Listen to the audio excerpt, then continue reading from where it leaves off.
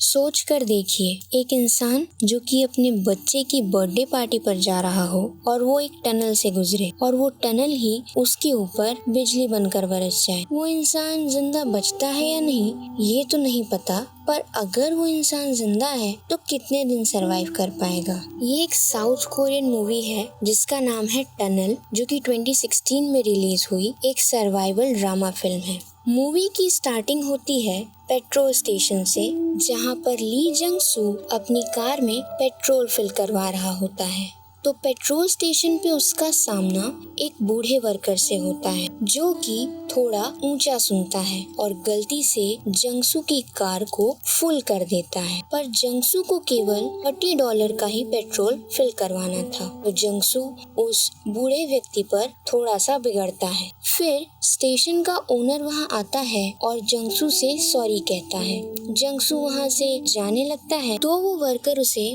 2 पानी की बॉटल्स दे देता है। जंगसू वहाँ से चला जाता है। जंगसू अपनी डॉटर के लिए केक ले जा रहा होता है क्योंकि आज उसकी डॉटर सुजिन का बर्थडे है। फोन पर वो अपनी वाइफ से बात कर रहा होता है, तभी उसे एक क्लाइंट का कॉल आता है। जंगसू किया मोटर्स कंपनी में सेल्समैन है और उसे आज एक बहुत बड़ी डील मिल जाती है। तभी वो टनल के अंदर एंटर करता है। कुछ दूर ड्राइव करने के बाद अचानक उसे टनल में कुछ गिरने की आवाज आती है और टनल के अंदर की लाइट्स फ्लक्चुएट करने लगती हैं। तभी टनल के एंट्रेंस से उसकी सीलिंग गिरने लगती है। जंगसू कार को बहुत तेजी से ड्राइव करता है पर बच नहीं पाता और वो टनल की चपेट में आ जाता है। पर मेहरबानी से जंगसू को कुछ नहीं होता और उसे ज्यादा चोट भी नहीं लगती। जब वो होश में आता है तो देखता है कि टनल की सीलिंग के बहुत बड़े बड़े पत्थर उसके चारों तरफ गिरे हुए हैं। फिर वो अपने फोन से इमरजेंसी सर्विस को कांटेक्ट करने की कोशिश करता है पर वहाँ सिग्नल ही नहीं होता। कुछ देर बाद जब सिग्नल आता है तो वो 911 पर कॉल करके हेल्प मांगता है और उनको बताता है कि पूरी टनल कोलैप्स हो गई है और वो वहाँ पर फंसा हुआ है। पुलिस को बिलीव ही नहीं होता कि ऐसा कुछ हुआ होगा। तब वो जब जंगसू से पूछते हैं कि आप किस टनल की बात कर रहे हैं तो वो उन्हें बताता है कि वो हार्डो टनल में फंसा हुआ है जो कि पूरी तरह टूट गया है। जंगसू पेट्रोल स्टेशन पर हुए इंसिडेंट पर गुस्सा होता है कि अगर वो आदमी इतना टाइम न लगाता तो जंगसू अब तक टनल क्रॉस कर चुका होता और उसे इतनी प्रॉब्लम नहीं होती। इधर पुलिस जब लोकेशन पर आती है तो टनल की हालत देखकर घबरा जाती है। ये खबर अब हर एक न्यूज़ चैनल पर आ चुकी है और ये पता चलता है कि उस टनल का इनॉग्रेशन 1 महीने पहले ही हुआ था। और जंगसू की न्यूज़ आती है कि एक आदमी भी टनल में फंसा हुआ है। तभी एक टीवी रिपोर्टर जंगसू से कांटेक्ट करता है और वो उसकी रिकॉर्डिंग लाइव ब्रॉडकास्ट कर देता है। तभी रेस्क्यू टीम के चीफ टीवी रिपोर्टर्स की लापरवाही पर बहुत गुस्सा होते हैं कि कहीं अगर जंगसू के फोन की बैटरी डेड हो गई तो उससे कांटेक्ट करने में मुश्किल आएगी और वो उन रिपोर्टर्स को वहां से जाने को कहता है। जंगसू का कॉल आता है तो रेस्क्यू टीम के हेड किम डे क्योंग उससे बात करता है और वहां की सिचुएशन के बारे में पूछता है, लेकिन जंगसू थोड़ा सा पैनिक कर रहा था। तो डे जंगसू को शांत करवाता है और उससे कहता है कि सिचुएशन डिफिकल्ट है पर वो उसे बचा लेगा। जंगसू को पानी को स्मॉल पोर्शंस में पीने को कहता है और बताता है कि लगभग 1 हफ्ते के अंदर वो उसे वहाँ से निकाल लेंगे, तब तक वो थोड़ा पेशेंस रखे। डे टनल के ब्लूप्रिंट को देखता है और अंदाजे से जंगसू की लोकेशन का पता लगाता है और डे जंगसू को बताता है कि वो रोजाना 12 बजे जंगसू से कांटेक्ट करेगा। तब तक वो अपना फोन ऑफ ही रखे ताकि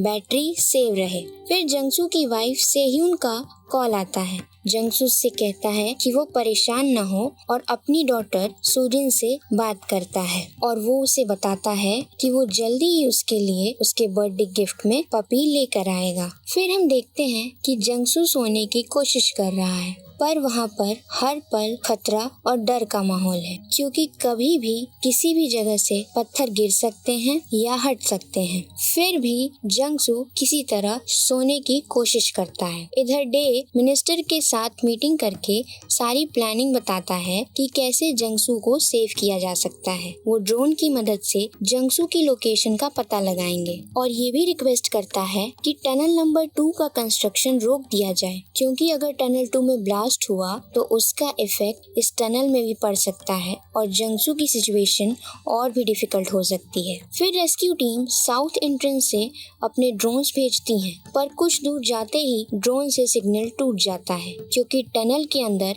रेडियो एक्टिव वेव्स नहीं जा सकती हैं। तभी डे डिसाइड करता है कि वो खुद ही टनल के अंदर जाएगा। कुछ दूर अंदर जाने पर रास्ता भी ब्लॉक हो जाता है। तभी डे के साथी जो उसके साथ अंदर गया था वो हॉर्न बजाता है, तो जंगसू कॉल करके डे को बताता है कि उसे कार के हॉर्न की आवाज आ रही थी। डे खुश हो रहा होता है कि वो जल्दी ही जंगसू की लोकेशन तक पहुंच जाएंगे कि तभी सीलिंग फिर से हिलने लगती है और टूटकर गिरने लगती है। ऐसा लगता है कि डे और उसका साथी अब नहीं बच पाएंगे, पर किसी तरह बचते बचते वो बाहर आ जाते हैं। पर टनल का एंट्रेंस और टनल बुरी तरह से कोलैप्स हो जाता है और साउथ एंट्रेंस भी ब्लॉक हो जाती है। जंगसू की वाइफ सेह्यून वहां आती है और टनल की हालत देखकर घबरा जाती है। जंगसू से बात करने पर पता चलता है कि वो सेफ है। वो डे को बताता है कि उसके पास जो फैन गिरा है उस पर नंबर 3 लिखा है। अब रेस्क्यू टीम को लगता है कि उन्हें वो जगह पता चल गई है टनल की ब्लूप्रिंट की वजह से, जहां पर जंगसू हो सकता है। इधर मिनिस्टर सबको बताती हैं कि टनल में ड्रिल करके हम लोग जंगसू तक जल्दी पहुंच सकेंगे। फिर मिनिस्टर सेह्यून के साथ फोटो क्लिक करवाती हैं। ये देखकर ऐसा लगता है कि ये सब इंसान की जान बचाने के लिए नहीं, बल्कि खुद की पार्टी की पीआर के लिए कर रहे हैं। फिर हम 3 दिन बाद का सीन देखते हैं। जंगसू सुजिन का बर्थडे केक खा रहा होता है और अपनी कार की बैक सीट में उसके काम आने लायक कुछ सामान है या नहीं ये चेक करने लगता है। तभी उसे टनल में एक डॉग भी फंसा हुआ दिखता है और एक लड़की की आवाज आती है जो उससे हेल्प मांग रही होती है। जंगसू बहुत डिफिकल्टी के साथ उस लड़की के पास जाता है तो देखता है कि एक बड़ा सा पत्थर लड़की के ऊपर गिरा हुआ है, जिससे वो सीट से हिल भी नहीं पा रही होती है। जंगसू ट्राई करता है पर फिर भी पत्थर को हिला तक नहीं पाता। जंगसू उसे पेशेंस रखने को कहता है और बताता है कि थोड़े दिनों में रेस्क्यू टीम उन्हें बचा लेंगे। लड़की के साथ अपना पानी भी शेयर करता है और जिसका नाम टैंगी है उसे भी पानी देता है। टैंगी एक बहुत ही स्मार्ट डॉग है, क्योंकि वो हर बात समझ लेता है। लड़की अपनी माँ से बात करती है।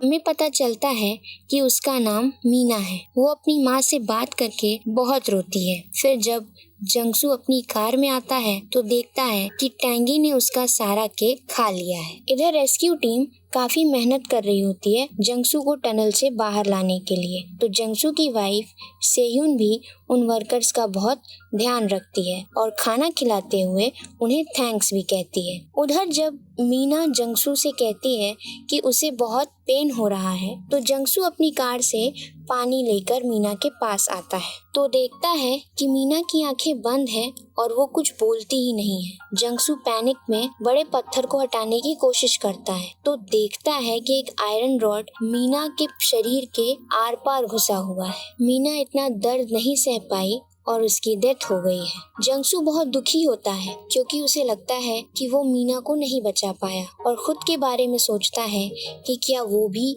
ऐसे ही मर जाएगा। अब जंगसू का पानी भी खत्म हो गया है तो डे उसे अपना यूरिन इस्तेमाल करने को कहता है। टनल के अंदर टैंगी और जंगसू को अब पूरे 9 दिन हो गए हैं। वो दोनों आपस में थोड़ा टाइम पास कर रहे होते हैं कि तभी जंगसू टैंगी का कॉलर बेल्ट पहन लेता है तो उसे जोरदार करंट लगता है। जंगसू के झटके की वजह से सारे पत्थर हिलते हैं और वहाँ पर थोड़ी स्पेस बनती है और जंगसू पूरे 9 दिन के बाद अपने पैरों पर खड़ा होकर चलता है तो उसे कुछ अच्छा महसूस होता है और आज ही उसे कई दिनों के बाद पानी भी पीने को मिलता है। इधर रेस्क्यू टीम टनल के नीचे तक ड्रिल कर चुकी है और कल 17वें दिन जंगसू तक पहुंच जाएगी। ये जानकर सब बहुत खुश हो रहे होते हैं। इधर जब सुबह होती है और सब उस जगह पर पहुंचते हैं तो सबको पता चलता है कि ड्रिल गलत लोकेशन पर किया गया है, क्योंकि वो गलत ब्लूप्रिंट को फॉलो कर रहे होते हैं। ब्लूप्रिंट में 7 पंखे हैं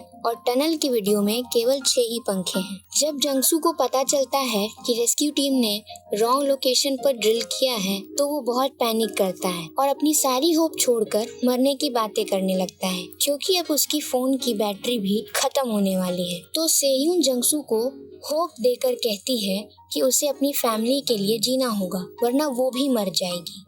जंगसू इतनी इजीली गिव अप नहीं कर सकता। तभी फोन की बैटरी डेड हो जाती है और फोन स्विच ऑफ हो जाता है। इधर डे काफी वरी होता है जंगसू के लिए और वो अपना 100% दे रहा होता है जंगसू को बचाने के लिए। अब टोटल 23 दिन बीत चुके हैं जंगसू को टनल में, पर किसी को नहीं पता कि जंगसू अभी जिंदा है या नहीं। तो रेडियो पर सेयून का लेटर पढ़ा जाता है जो कि जंगसू के लिए लिखा है ताकि वो गिव अप ना करे, और उस लेटर में उसके डॉटर की सारी बातें बताई गई हैं। इधर टीम और सारे ऑफिसर्स प्लानिंग कर रहे हैं कि कैसे जंगसू को बचाया जाए, क्योंकि किसी को नहीं पता कि जंगसू जिंदा है या नहीं। रेस्क्यू टीम अब साउथ एंट्रेंस से रास्ता बनाकर जंगसू को सेव करने की कोशिश कर रहे होते हैं। तभी काम करते वक्त एक रेस्क्यू ऑफिसर को एक ब्लेड का टुकड़ा लग जाता है और वहीं पर उसकी डेथ हो जाती है। तो जंगसू की डॉटर और वाइफ को बहुत क्रिटिसाइज किया जाता है, क्योंकि सबको लगता है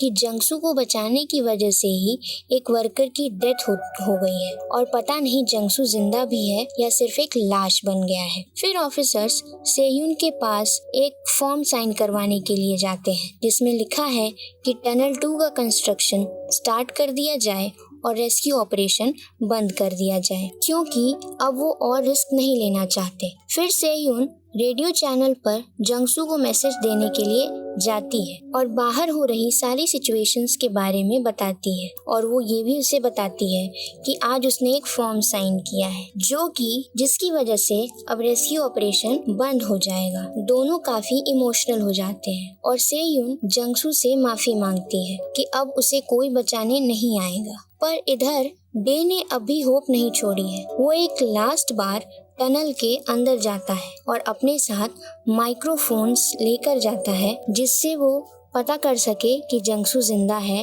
या नहीं। उधर जंगसू खुद से ट्राई करता है कि शायद उसे कोई रास्ता दिखे बाहर निकलने का, पर ऐसा कुछ भी नहीं होता। इधर एक ऑफिसर डे को जल्दी से टनल से बाहर निकाल लेता है, क्योंकि टनल 2 में ब्लास्ट होने वाला है, जिससे माइक्रोफोन टूटकर टनल में गिर जाता है। टैंगी सेंस कर लेता है कि कुछ गड़बड़ है तो वो तेजी से भौंकने लगता है। जंगसू जो कि पत्थरों के बीच रास्ता खोजने निकला है, वो किसी तरह अपनी जान बचाकर उन पत्थरों से बाहर आता है। जंगसू अपने और टैंगी के लिए एक सेफ जगह ढूंढता है और छुप कर बैठ जाता है, क्योंकि टनल के सारे पत्थर ब्लास्ट की वजह से गिरने लगते हैं। उधर बाहर डे को माइक्रोफोन में कुछ साउंड्स की रीडिंग आती है। ये साउंड जंगसू के हॉर्न की होती है। तभी डे ब्लास्ट को रुकवाने के लिए हेडक्वार्टर्स में कॉल करता है कि ब्लास्ट को रुकवा दिया जाए, क्योंकि जंगसू अभी जिंदा है। फिर हमें 35 दिन बाद का सीन दिखता है जब रेस्क्यू टीम जंगसू के लोकेशन तक पहुंच जाती है और जंगसू उन्हें बुरी हालत में पत्थरों के बीच दबा मिलता है।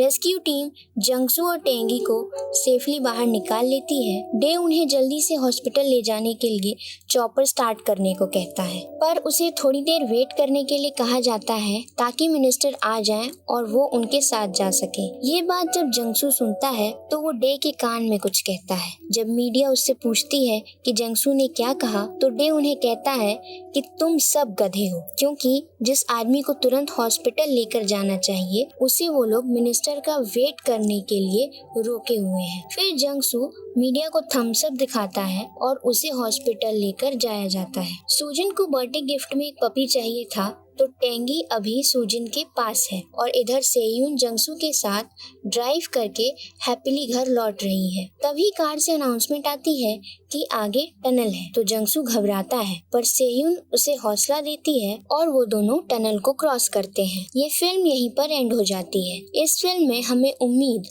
यानी होप का बहुत बड़ा रोल देखने को मिलता है, जो कि इंसान को डिफिकल्ट सिचुएशन में भी संभाले रखता है। और ये भी पता चलता है कि जब भी सर्वाइवल की बात हो तो nothing is impossible for us humans. अब आप सब कमेंट में ये बताइए कि कोई आप में से अगर ऐसी सिचुएशन में होता तो क्या सरवाइव कर पाता बस होप के सहारे, और अगर हाँ तो कितने दिन आपकी विल पावर आपका साथ देती। साथ ही आप नेक्स्ट किस मूवी का एक्सप्लेनेशन देखना चाहेंगे ये भी बताइएगा। Till then take care of yourself and your family. Stay safe and happy. Thanks for watching.